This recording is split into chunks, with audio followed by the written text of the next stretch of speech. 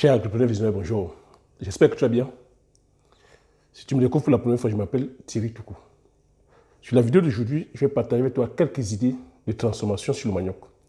Donc reste que sur le bout de la vidéo, en fait, je puisse partager avec toi les différentes opportunités qu'il y a dans la transformation de manioc. Sur la chaîne, je parle d'entrepreneuriat, je parle d'investissement. Le but de la chaîne est ici, en fait, de valoriser et de vulgariser les plus du terroir africain. Si j'ai créé la chaîne, c'est en fait de partager mes astuces et techniques business, de partager mon mindset, afin de t'aider dans tes réalisations, soit dans tes futures réalisations.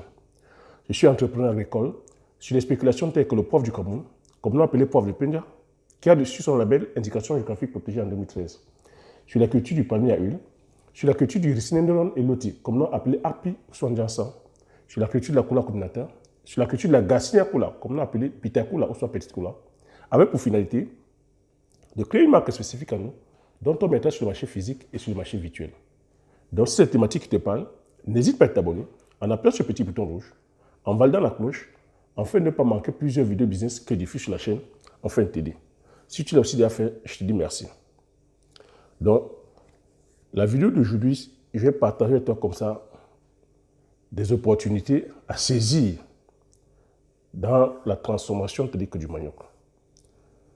Le manioc ici, c'est une culture, je vais dire, très stratégique dans nos besoins alimentaires en Afrique.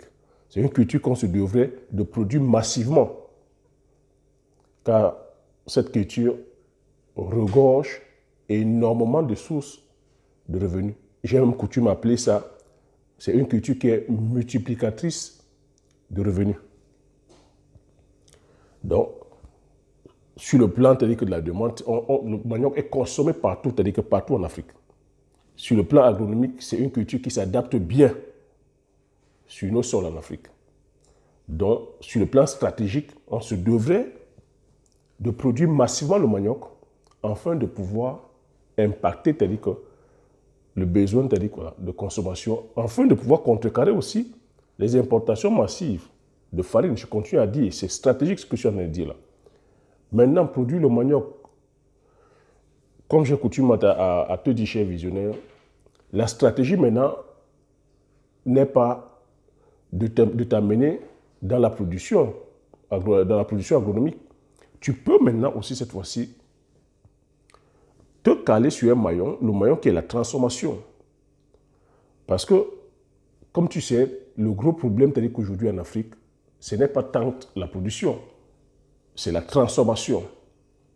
Le problème, c'est qu'aujourd'hui en Afrique, on produit, mais on ne sait pas conserver, on ne sait pas rallonger la durée de vie, et nous avons comme ça 56% de produits qui périssent.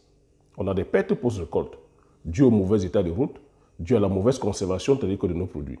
Et la plupart de nos produits alimentaires ou des cultures sont des cultures périssables, donc qui ont des coûts de durée de vie. Donc c'est vers là qu'on doit travailler. Et nous avons cette chance que nos cultures, en termes de rendement à l'État, produisent énormément. En termes de rentabilité aussi, c'est rentable. Le manioc, c'est une culture qui est très, très rentable. Donc c'est comme ça qu'il faut aller. À titre d'exemple, une culture comme le manioc, à l'hectare, tu peux récolter facilement 30 tonnes. 30 tonnes et plus. À titre comparatif avec le blé, c'est 7 tonnes. Avec le maïs, c'est pareil, 7 tonnes, 7 à 8 tonnes. Donc tu vois qu'on gagnerait, c'est-à-dire qu'à aller plutôt produire massivement le manioc afin de pouvoir colmater les besoins alimentaires.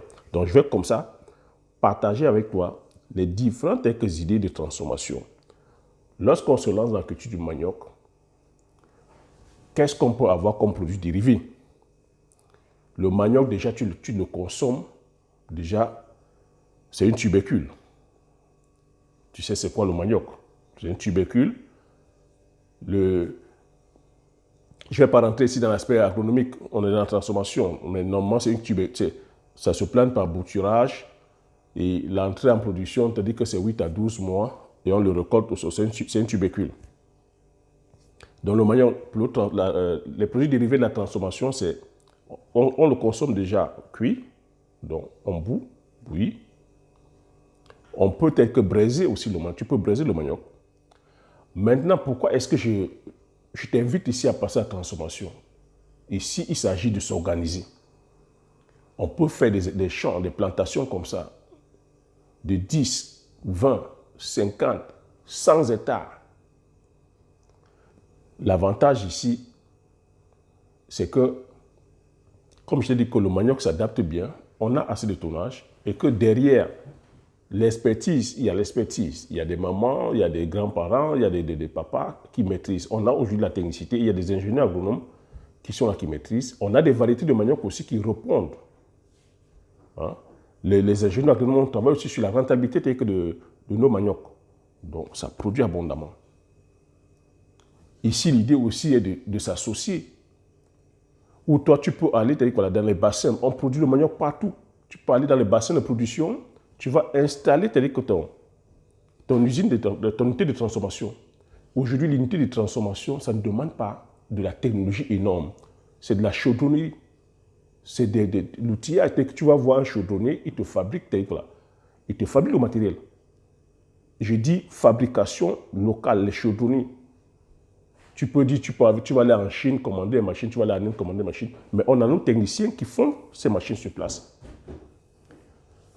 Tu montes ton unité de transformation, tu tapes tous des producteurs et des productrices de manioc. Parce que l'idée ici n'est pas de dire, bon, tu vas dire, je n'ai pas de champ de manioc. Non. Tu n'as pas de champ de manioc, ce n'est pas un problème. Tu vas voilà, près des bassins de production et on produit du manioc partout. Tu installes ton unité. Tu prends aussi que les moyens font de faux. Mettez-vous ensemble, associez-vous, montez une unité. Là-dedans, tu installes ton unité. Tu récoltes, achètes la production des producteurs et des productrices. Tu transformes. En transformant ton manioc, quels sont les produits dérivés? Tu as ce qu'on appelle le watafoufou, qu'on appelle chez nous aussi le Cameroun, le watafoufou prisé, le watafoufou. Les Ivoiriens m'ont dit le placali. Donc le processus c'est quoi? Tu récoltes le manioc, on épluche le manioc, on trempe le manioc.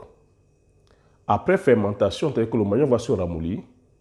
Tu prends le manioc, une fois bien ramolli, fermenté, tu mets dans un sac, tu mets dans une forme de presse.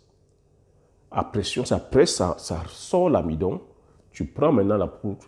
C'est ça qu'on appelle, tu fais le manioc frais qui s'appelle le watafoufou ou le placali. Le watafoufou qui est très bien accompagné avec le coq, avec le héros. Les Nigériens en raffolent. Venez voir comment tu as dit que les femmes au Cameroun se font de l'argent le watafoufou. Venez voir quand c'est la période de manioc là, comment les sacs de watafoufou sortent du Cameroun pour aller vers le Nigeria. Mais si on a un peu les marchés, tu seras étonné de voir comment ça part. Tu fais ton champ de manioc, les femmes ne jurent que par ça, le watafoufou. Tu peux faire aussi le couscous, comme on appelle chez nous au Cameroun. Tu as le watafoufou, mais cette fois-ci, le couscous, c'est ta farine, le manioc, au lieu de le faire frais, tu vas plutôt maintenant cette fois-ci sécher. Une fois où tu as enlevé les racines, tu as enlevé les corps étrangers, tels que tous ces fibres-là, tu enlèves les fibres. Maintenant, il ne te reste que le manioc. Et que le manioc moulu, tel à gros grains, tu sèches. Une fois séché, c'est-à-dire qu'on va prendre maintenant ce manioc-là écrasé. C'est avec ça qu'on va faire le foufou. Tu connais bien le bon foufou qu'on mange le gombo. Le bon foufou qu'on fait avec la sauce d'arachide gombo. On avale bien. Le quatrième, l'autre produit aussi où on peut faire avec le manioc, produit dérivé que tu peux faire avec le manioc, c'est le bobolo. Le bobolo aussi, maintenant, chez nous, c'est au Cameroun. C'est une institution, le bobolo. Le bobolo aussi, pareil, c'est tout le manioc fermenté. On enlève les fibres. On met sur les feuilles il y a certains feuilles spécifiques là, qu'on met sur les feuilles. On attache, on fait bouillir, ça te fait ton bobolo. Pareil, le miondo aussi, pareil, le miondo, c'est-à-dire que c'est d'autres formes, formats, on met sur les feuilles, on attache, ça te fait ton miondo. Ça, je dis ça, c'est les mets vraiment, je veux dire, qui peuvent même rentrer dans le patrimoine mondial de l'UNESCO, hein, parce que c'est rentre le style culinaire camerounais, hein, bobolo miondo. Chez les Ivoiriens, ils vont faire la tchéké. La tchéké, c'est toujours le manioc.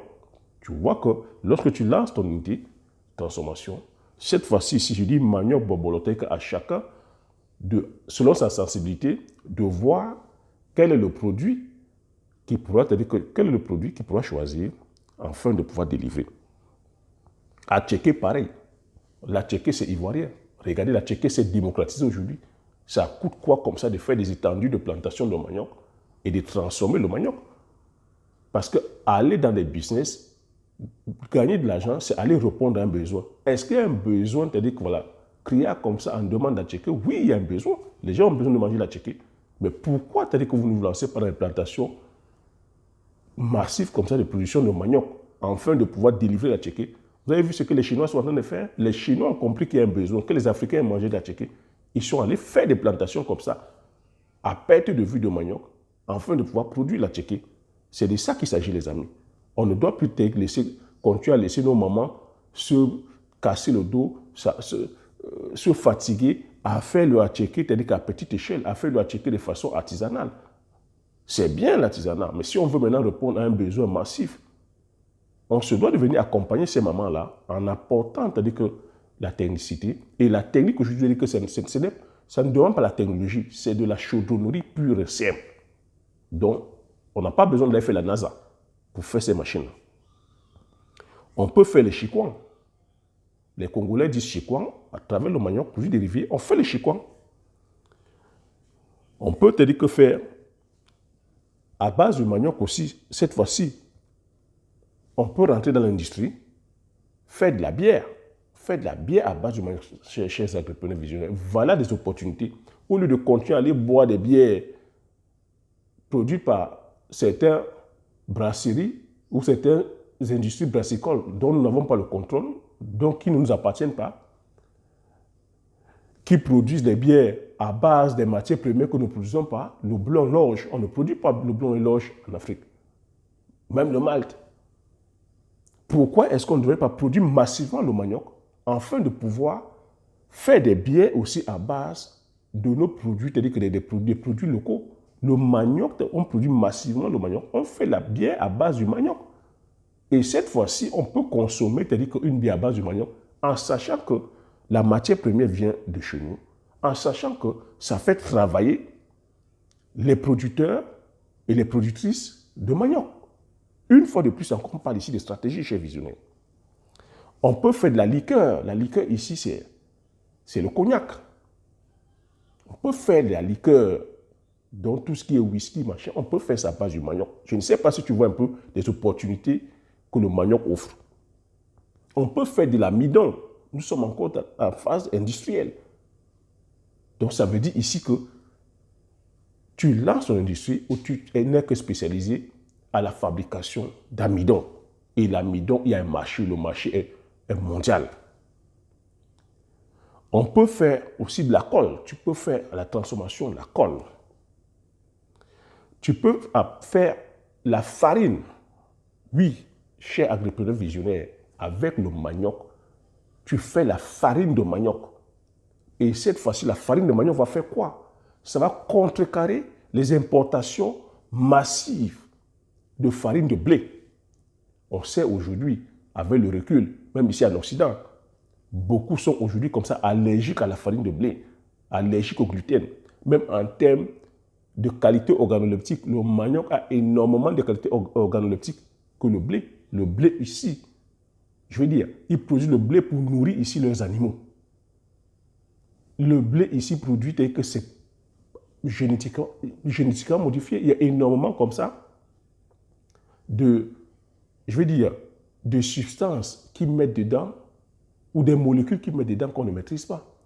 Et j'ai dit ici, on ne peut pas aller se calquer sur la culture du blé parce que un hectare de blé, le rendement c'est 7 tonnes. Un hectare de manioc, le rendement minimum c'est 30 tonnes. Je ne sais pas si tu vois un peu le gap. Je ne sais pas ce que tu vois.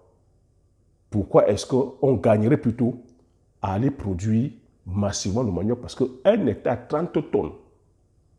Tu vois que même sur le plan environnemental, on préserve l'environnement, on va déforester moins, on produit plus sur une petite surface que le blé. Et même dessus, l'avantage qui est vraiment, c'est-à-dire que, qui a son pesant, c'est que nous avons le contrôle sur les prix. Or, lorsque tu vas te lancer sur la production de blé, tu n'as pas le contrôle sur les prix. Donc, en faisant la farine de manioc, on pourra comme ça alimenter tout ce qui est industrie, c'est-à-dire que de boulangerie, de fabrication de pain, de pâtisserie, des pâtes. On pourra, même sur le plan alimentaire, on pourra aussi, cette fois-ci, alimenter aussi les provendiers. N'oublie pas que l'alimentation animale, lorsque tu te lances à l'élevage, l'alimentation animale, la dépense est d'au moins 70%.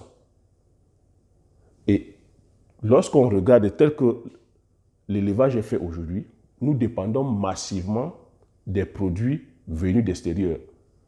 Soja, blé, sels minéraux, vaccins, ainsi de suite, poussins. Lorsqu'on se lance dessus, c'est une alimentation, c'est un business qui ne nous profite pas. Donc, en produisant massivement le manioc, on peut comme ça contrecarrer les besoins d'importation massive de farine. Là où tu as dit que le manioc encore fait fort chez agriculteurs visionnaires, même la peau de manioc est comestible. Tu vas me dire comment?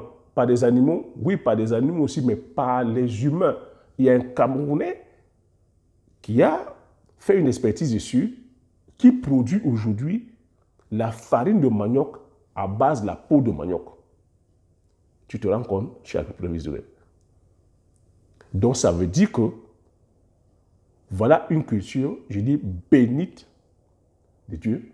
Voilà une culture multiplicatrice de sources de revenus. Même le déchet qui est la peau, on peut faire de la farine comestible. Qu'est-ce qu'on attend pour se lancer là-dessus massivement afin de pouvoir répondre aux besoins? Voilà une culture, voilà les propositions que je fais. Et ici, il n'est pas question de dire que tu vas aller produire. Ici, il est question de dire que tu restes à la phase de transformation afin de pouvoir venir aussi jouer ta partition, éviter comme ça qu'on continue à accuser les pertes post-récolte. Donc, j'ai dit ici, comme j'ai coutume à te dire, en agribusiness, on s'en fout de ta spécialisation. Que tu sois menuisier, comptable, infirmière, ingénieur, agronome ou ingénieur de tout corps de métier, secrétaire, expert comptable, c'est des corps de métier dont on a besoin. Chaque corps de métier a sa partition à jouer dans ce gros gâteau qui est l'agribusiness. Tu es expert en vente, expert en marketing. Qu'est-ce que tu entends pour venir relever tel que le domaine de production, c'est-à-dire que de transformation, c'est-à-dire que de manioc? Tu peux venir comme ça mettre